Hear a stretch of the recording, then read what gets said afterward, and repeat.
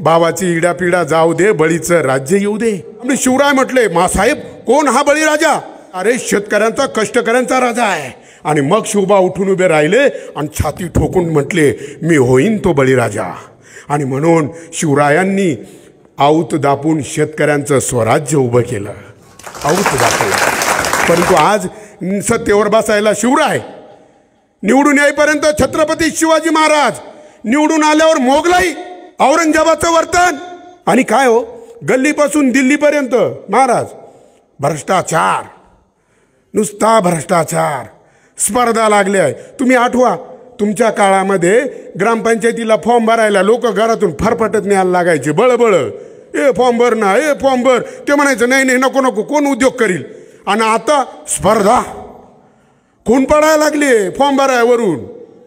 अरे पण असं काय आहे तिथं? मी शोधायचा प्रयत्न केला आहे तर गल्लीपासून दिल्लीपर्यंत 15%.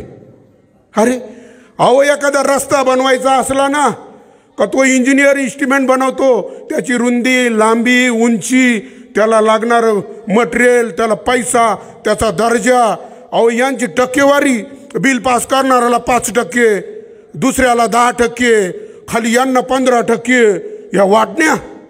अरे मग रस्ता राहील का? एकदा अमेरिकेमध्ये एक आपला भारतीय नेता गेला तर तो त्याला म्हणे, तर मित्र होते, अरे तू एवढी संपत्ती कशी कमावली? त्यानं खिडकीतून एक पूल दाखवला, म्हणे तो पूल दिसतोय का? तो म्हणे हो. म्हणे मग 15% खाल्ले. कोण म्हणतो? तो अमेरिकेतला. हे इकडं आलं, हे डबल श्रीमंत झालं 10 वर्षात. मग ते आलं इकडं, ते म्हण तू एवढा श्रीमंत कसं काय झाला? त्यानं खिडकीजवळ बोलावलं, म्हणे तो तिकडं पूल दिसतो का? तिथं काहीच दिसत नव्हतं. तो म्हणे तिथं काहीच दिसत नाही. तो म्हणे 100% खाल्लं.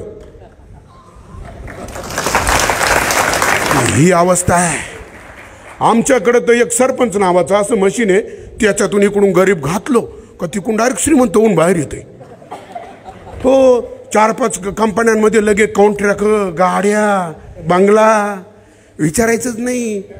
म्हणजे एवढी भयान परिस्थिती कशासाठी?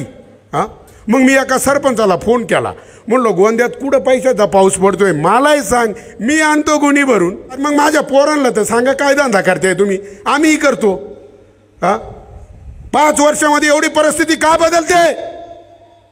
कुठून येतो हा पैसा? पण होतंय काय?